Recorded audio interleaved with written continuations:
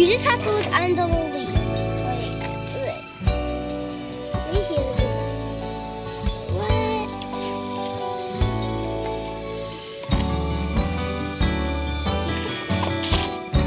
This one will be.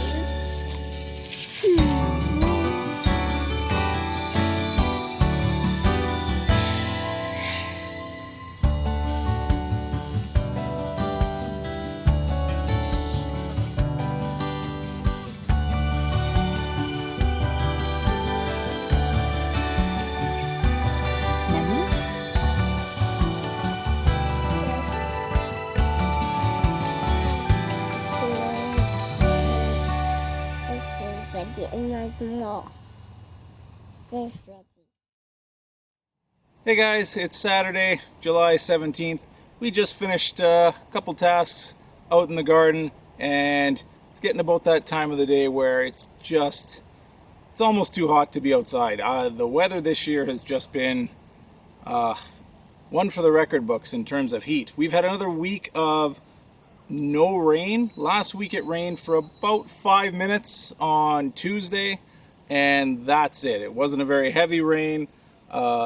Even still, the garden is doing, as you can see, quite well. We ran out of rainwater a long time ago, but again, it doesn't seem to have affected things too much. The weed guard certainly helps keeping the soil cool and damp. It retains a lot of the water that does land on it, so we're still in pretty good shape, but we could use a couple days of rain. We took the rest of the peas out today. We just have one small row of peas left, and we did find a few unintentional plants. We found a potato plant, oddly enough. We have never put potatoes in this garden at all, so I have no idea where this guy came from. The most likely explanation is compost, kitchen scraps and kitchen compost, but this is a little bit of an odd one. And of course you find, we find a lot of tomato plants and cucumber plants mixed in with the peas just from the compost. I thinned out the beets a little bit, tried to replant or redistribute some of the beets. It's really tough, especially when they're this size. You pull one out and the rest of them tend to follow because the roots are so woven together. So I think what we're going to do is we're just going to leave the clumps of beets together and thin them out as they get to eating size. We'll try and pull the odd one out to give the other ones room to grow. Other than that, let's take a look at how the rest of the garden's doing. So the blueberry plants continue to recover from that early frost. We went through and trimmed off all the dead branches. Just the ends seem to have been hit really hard with that late frost. And now there's quite a bit of new growth coming up on the remaining plants.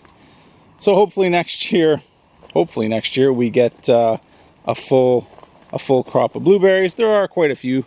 If you look underneath, there's lots of blueberries still around, but if we had this over the entire plant, it would be quite a harvest.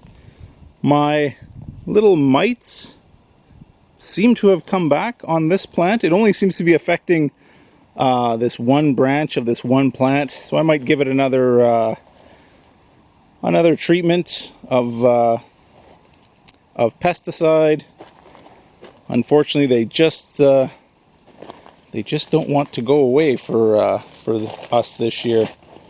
Squash bed, if you compare it to last week, you wouldn't recognize it. Zucchinis are finally starting to get some fruit set. The patty plants have just gone absolutely crazy. Just the leaf stalks alone are enormous. Now we did learn that it's not very advisable to tie up these plants. There's just so much weight from these leaves that if you try and tie them up, this one kind of snapped. So unfortunate as it is, we're just going to leave it and see what happens. We have 2 others. The leaves on these are gigantic. The flowers are huge. We've harvested 2 or 3 of them, and they're really good. So probably a plant that we are going to plant next year.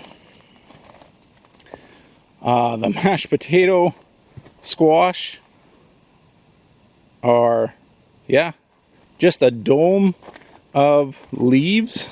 And if you break through it, you can see the flowers. I'm not sure if there's any fruit set. I haven't looked through those plants to see.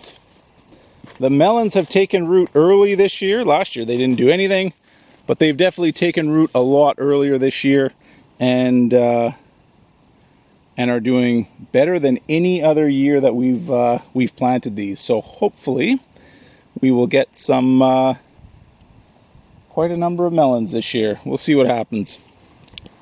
And around back on the squash bed, because these things vine out, the spaghetti squash vine out, we are training them up a squash ladder just as a test this year. We'll see how it goes.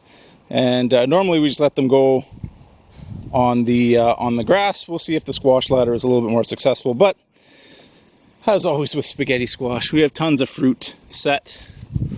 It's a bigger one there.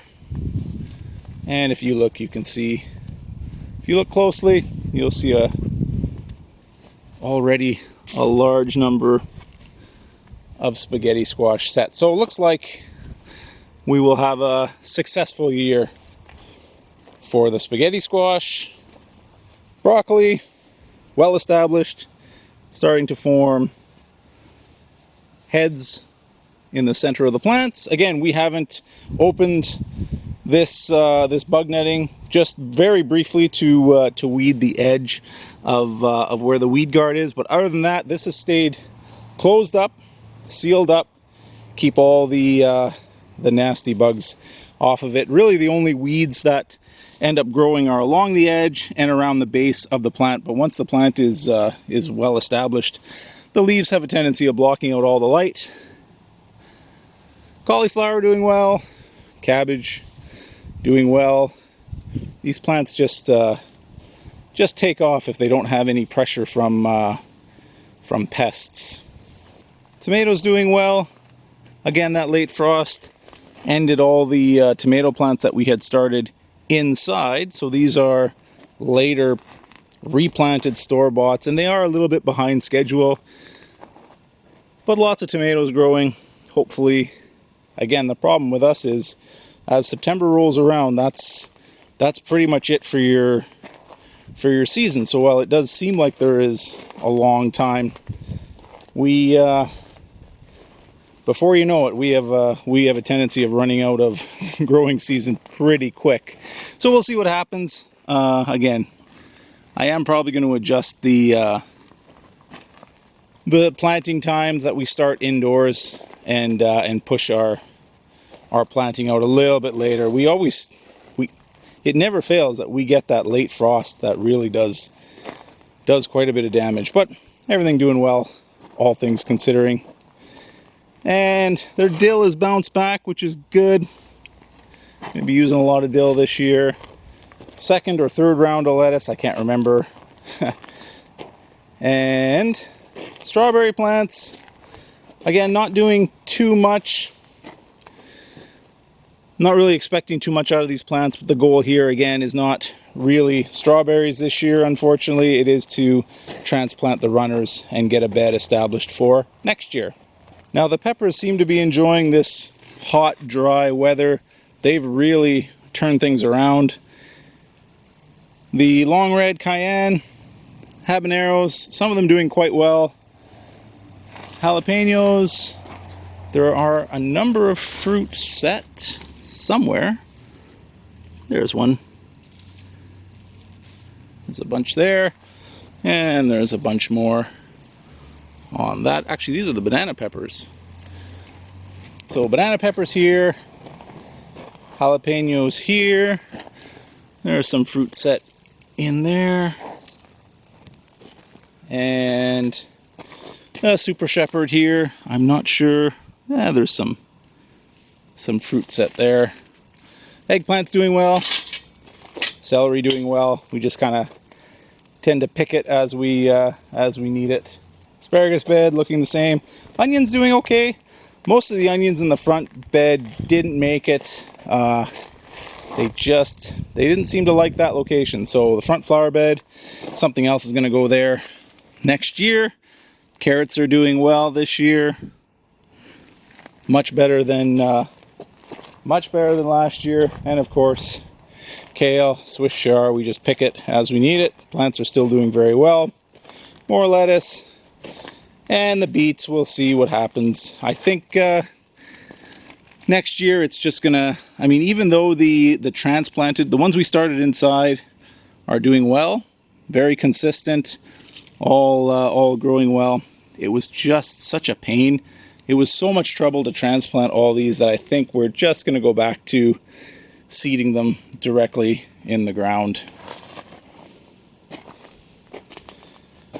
And beans doing well. Butternut squash doing okay, not as far along as the spaghetti squash, but we'll see what happens. It's I don't know what it is with squash. It's one or the other.